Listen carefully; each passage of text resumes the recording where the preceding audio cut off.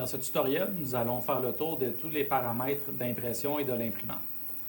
Donc, dans le premier menu, qui consiste à être la petite maison ici, vous allez avoir tous les paramètres à jour de la machine. Donc, si on commence vers la droite, ici, on a la température actuelle de la buse, qui est ici.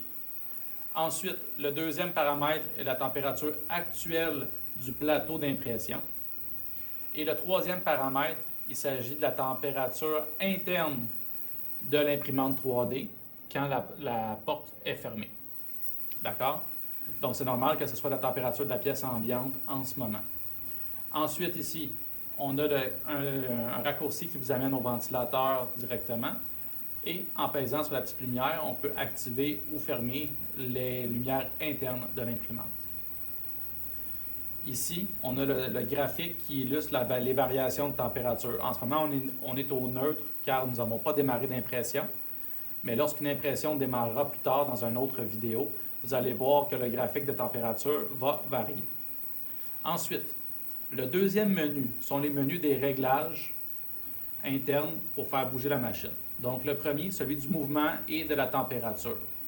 Si l'on souhaite modifier la température directement, on peut peser sur le premier ici et rentrer une valeur de température comme on le souhaite. L'avantage de faire ça, c'est que ça pourrait faire couler du filament pour qu'on puisse voir si bel et bien on est bien chargé. Si on souhaite revenir à une température initiale, on peut rentrer la valeur et tout d'un coup, la buse va se mettre à refroidir. Même chose pour le plateau. On pourrait changer et mettre une température directement au plateau. Ensuite de cela, au milieu, on a les contrôles pour faire déplacer l'extrudeur ainsi que le plateau.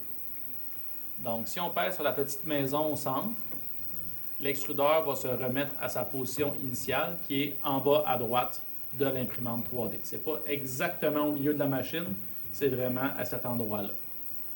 Ensuite, on peut faire déplacer l'extrudeur de 1 mm, 10 mm ou 30 mm sur l'axe des X ou sur l'axe des Y. Donc, si on veut faire écouler du filament pour une raison XY, par exemple qu'on a changé de couleur de filament, on a du rouge, on passe à du blanc, ça serait bien de vider la chambre à combustion pour pas que notre impression apparaisse orangée. Donc, on pourrait faire déplacer l'extrudeur au milieu du plateau, chauffer la buse, faire extruder du filament, sortir toute la couleur qui est nécessaire pour pouvoir passer à un autre film. Et si on souhaite faire monter ou descendre le plateau en utilisant l'axe des Z,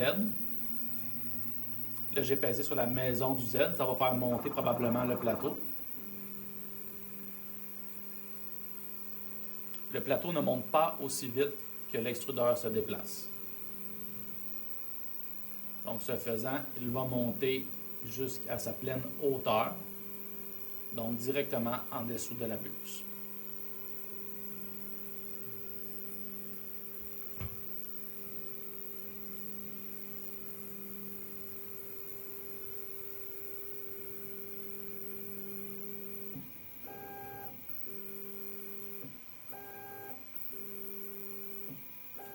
C'est exactement à cet endroit aussi que l'impression peut démarrer. Le deuxième menu se nomme Extrusion et retrait. Il a été vu dans la vidéo qui se nommait Comment introduire le fil de l'imprimante 3D. Et ensuite, le troisième sous-menu se nomme Refroidissement. Il nous permet d'activer les ventilateurs à l'intérieur de l'imprimante 3D pour faciliter le refroidissement. Si on retourne dans les menus principaux à gauche, le troisième menu qui ressemble à un dossier, c'est à cet endroit qu'on va retrouver les impressions 3D qu'on a sur notre clé USB ou qu'on a déjà sauvegardé à l'intérieur de la machine. Il faut noter que quand on démarre une impression dans cette imprimante 3D, il y a une certaine mémoire interne de l'imprimante et ça se ramasse sur le lecteur local. Donc, toutes les impressions qu'on a déjà été faites vont se retrouver sur le lecteur local. Si on souhaite aller chercher ce qui est dans une imprimante 3D, dans notre clé USB, il faut aller chercher lecteur USB et là, on va retrouver ce qui se trouve sur notre lecteur USB. Une vidéo suivra sur comment démarrer une impression. Le quatrième menu est le menu des réglages système, réseau et de la caméra. Vous avez peu de choses à aller gérer dans ces menus. Nous, l'équipe IN, allons nous occuper de s'assurer que les réglages sont adéquats. Le dernier menu est une FAQ et un historique des erreurs. Ça non plus, vous n'avez pas beaucoup de choses à aller vérifier à l'intérieur de ce menu.